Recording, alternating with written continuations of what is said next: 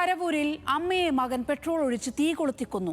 അതിക്രമത്തിനിടെ സ്വന്തം ശരീരത്തിലേക്കും തീ പടർന്ന് പൊള്ളലേറ്റ് മകനും മരിച്ചു.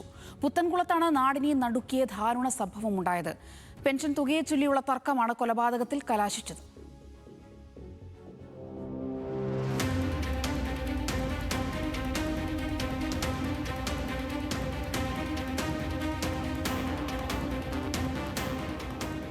കൊല്ലം പരവൂർ സ്വദേശിയായ തങ്കമ്മ, മകൻ ശിവദാസൻ എന്നിവരാണ് മരിച്ചത്. പെൻഷൻ തുകയെ ചൊല്ലിയുള്ള കുടുംബ വഴക്കാണ് വലിയ ദുരന്തത്തിൽ എത്തിച്ചത്. അമ്മ തങ്കമ്മയുടെ എല്ലാ മാസത്തെയും പെൻഷൻ തുക മകൻ ശിവദാസനെത്തി വാങ്ങുമായിരുന്നു. എന്നാൽ ഇത്തവണ പെൻഷൻ തുക ശിവദാസന് നൽകാൻ അമ്മയുടെ ഇളയ മകൻ വിസമ്മതിച്ചു.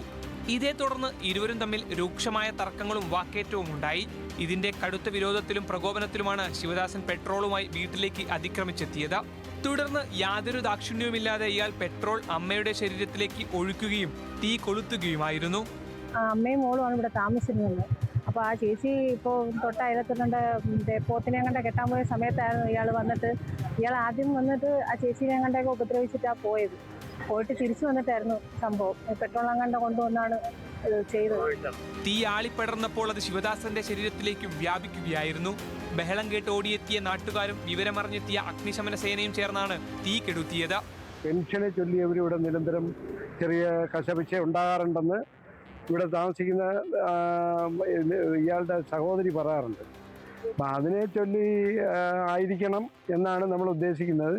ഇതേ എന്തോ പെട്രോളോ മണ്ണെണ്ണയോ എന്തോ കൊണ്ടുവന്നിട്ട് ഇതിനകത്ത് അമ്മയുടെ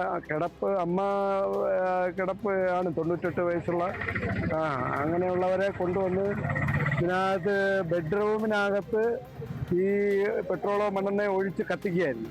അപ്പോഴേക്കും ഇരുവരും ഗുരുതരമായി പൊള്ളലേറ്റ് മരണപ്പെട്ടിരുന്നു. തുടർന്ന് പോലീസിന്റെയും അഗ്നിശമന സേനയുടെയും നേതൃത്വത്തിൽ ഇൻക്വസ്റ്റ് നടപടികൾ പൂർത്തിയാക്കി ഇരുവരുടെയും മൃതദേഹം പാരിപ്പള്ളി ഗവൺമെന്റ് മെഡിക്കൽ കോളേജ് ആശുപത്രിയിലേക്ക് മാറ്റി. പരവൂർ പോലീസ് സംഭവത്തിൽ കേസെടുത്ത് വിശദമായ അന്വേഷണം ആരംഭിച്ചിട്ടുണ്ട്. ന്യൂസ് മലയാളം, കൊല്ലം.